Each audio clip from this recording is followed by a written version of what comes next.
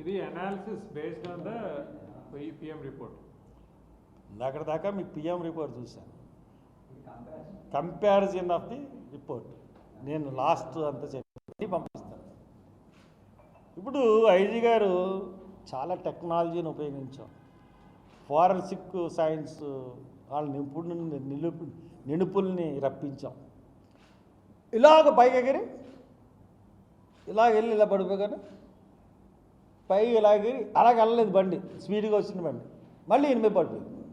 అదే కదా ఆయన చెప్పింది. కామన్ సెన్స్ కూడా ఉన్నవాడు ఎవడో కూడా బండి ఇలా గుర్తిన తర్వాత మనిషి కింద అడిగిపోతే బండి ఎదరికి వెళ్ళిపోతుంది. ఇట్స్ వెరీ వెరీ దానికి ఫారెన్సిక్ ఎవడో అవసరం లేదు, అది చెప్పాడు. నేను కూడా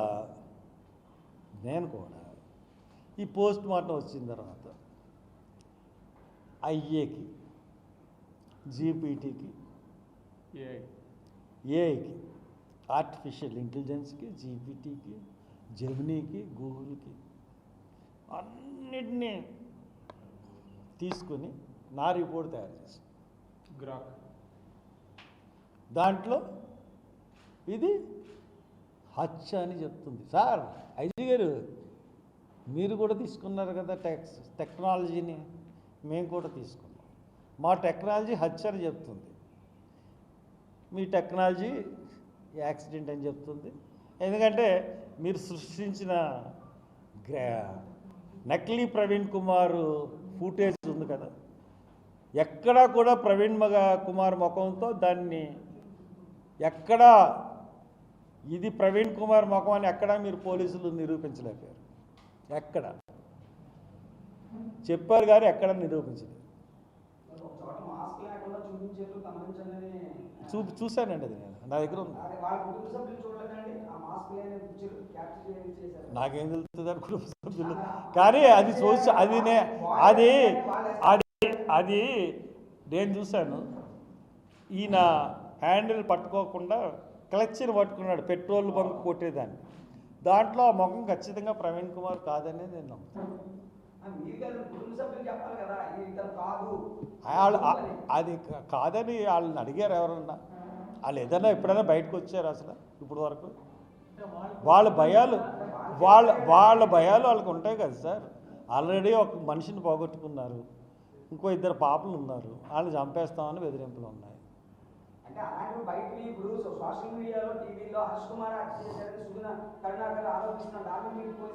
ఆ సుగుణాకర్ రావు అంటే ఎవడండి? సుగుణాకర్ రావు అంటే ఎవడు? ఎవరతను? అంటే ఎమ్మెల్యే, ఎంపీయా? అంటే ఏమన్నా పదవి ఉందా? అంటే ఏదైనా పార్టీలో కాదు సార్, అది కాదండి. ఏదైనా కాదు అది కాదు సార్. ఆయనకి ఏదైనా అది కాదండి. ఆయన ఏమన్నా పదవి ఉందా ఏ పార్టీలో అన్నా?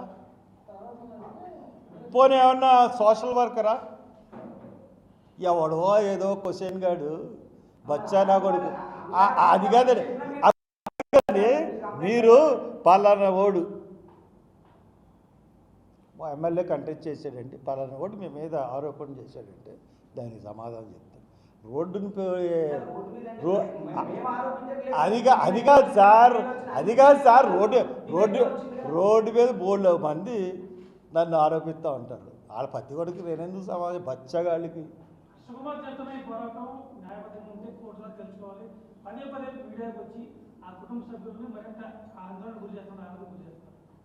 మీరేనండి అస్తమానం చెప్పించింది, మీ మీడియా. నేను చెప్పిన ప్రతి ప్రెస్ మీట్లో కొత్త విషయమే చెప్తున్నాను తప్పితే పోలీసులు అడుగుతున్న దానికి తందాన తాన అంటూ మీ మీడియాలాగా వీడియో రిలీజ్ చేసి తర్వాత కొన్ని మీడియా సంస్థలు క్షమాపణలు చెప్పి మళ్ళీ వినండి. మీరు క్వశ్చన్ వేశారు, సమాధానం వినండి, ఓపిక ఉండాలి. బిగ్ టీవీ వారు 99 టీవీ వారు ఇప్పుడు ఏం చెప్పాలి? కొన్ని టీవీలు ఏమో క్షమాపణలు వేసి మళ్ళీ అయ్యే టీవీలో ఐజీ రిలీజ్ చేస్తే సిగ్గు లేకుండా విని వచ్చి రిపోర్టులు రాసి మీరు నన్ను ప్రెస్ మీట్లు పెట్టి వాళ్ళనేమో వరుసగా తాగేశాడు అన్ని ఛానల్లోనూ ఎదవ దొంగ వీడియోలు, దొంగ మనిషిని ఫేక్ వీడియోలు సృష్టించి చూపించి వాళ్ళ కుటుంబాన్ని వినండి, నేను చెప్పినది మీరు మాట్లాడండి. వాళ్ళ కుటుంబాన్ని తీవ్రంగా గాయపరిచింది మీడియా, మేం కాదు. మీ మీడియా సంస్థలు లేకపోతే మాది ప్రజల్లోకి వెళ్ళదేమో అనే భయం ఇంతకుముందు ఉండేదండి. ఇప్పుడు అటువంటి భయాలు లేవు, సోషల్ మీడియా వచ్చింది. మిమ్మల్ని లెక్క చేసే పరిస్థితి కూడా లేదు మాకు. మీరు ఒక్కొక్క ఏదో మాట్లాడుతున్నాడు. మెయిన్ యాంకర్లు అనుకున్న చెత్తరా కొడుకులు కొన్ని పచ్చ మీడియాల్లో వాళ్ళు నాకు కూడా పీకలేరు అవడం. బట్ చెప్తున్నాను, గాయపరిచింది వాళ్ళ ఫ్యామిలీని. మీరు నిజాలు తీసుకొచ్చి బయట ప్రతి దానికి నేను నిజాలు మాట్లాడకపోతే వాళ్ళు ఇంకా వాళ్ళ కుటుంబం కృషించిపోయింది. తాగుబోతు కింద సృష్టించినందుకు, ఇలా చేసినందుకు. ఎంత క్యారెక్టర్ అసాసినేషన్ చేసిందండి మీడియా. ఇప్పుడు మాట్లాడండి మీరు. ఎస్పీ గారిని, ఐజీ గారిని కూడా మీకు అలా ఎక్కువగానే అడిగిన ఆ రోజుని, మరి మీరేమీ అడగట్లేదు. మీరు అక్కడ చెప్తున్నారన్నారు. ఎవరో ఒకళ్ళు అడిగితే నేను చెప్తాను. ఆయన సమాధానం చెప్పినామండి సార్. 1990 వారు మీరు చెప్పండి, అడగండి.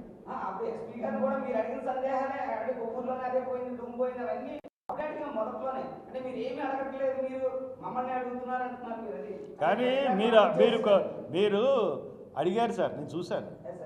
మొన్న ప్రెస్ మీట్లో కూడా నేను అప్రిషియేట్ చేశాను మిమ్మల్ని. ముఖ్యంగా మా సన్నీ కూడా అప్రిషియేట్ చేశాడు. కానీ మీరు అడుగుతున్నారు. నేను మీడియా అని అంటున్నానంటే ఇక్కడ కూర్చున్న వాళ్ళ గురించి మాట్లాడట్లేదు. మీడియా సంస్థలు ప్రభుత్వంతో భాగస్వామ్యం లేకపోతే బతకలేని మీడియా సంస్థలని, ప్రభుత్వానికి సపోర్ట్ చేసి పదవులు తెచ్చుకున్న మీడియా సంస్థలని. ఒక మీడియా సంస్థ యజమాని టీటీడీ చైర్మన్ కాదంటారా? ఒక మీడియా సంస్థ యజమానికి బోర్డు భూములు కప్పుపెడుతుంది వీళ్ళు గవర్నమెంట్లో ఉన్నప్పుడు. వీళ్ళు మీడియా సంస్థలు చైర్మన్లు. వీళ్ళు టీవీ నుంచి మనం అంతకన్నా ఎక్స్పెక్ట్ చేస్తామండి. ఇవన్నీ చూస్తూ ఉంటుంటే సార్ మీరేదో అడుగుతారు. నేను మీడియా విలేకరులతో పని లేదని ఎందుకంటానండి? అన్నాను, మిమ్మల్ని కాదు కదా, మీడియా సంస్థల్ని. నాకు మీడియా ఏదన్నా సరే పెట్టడం, మీడియా మీరు ప్రసారం చేస్తారో లేదా అన్నది మీ విషయం.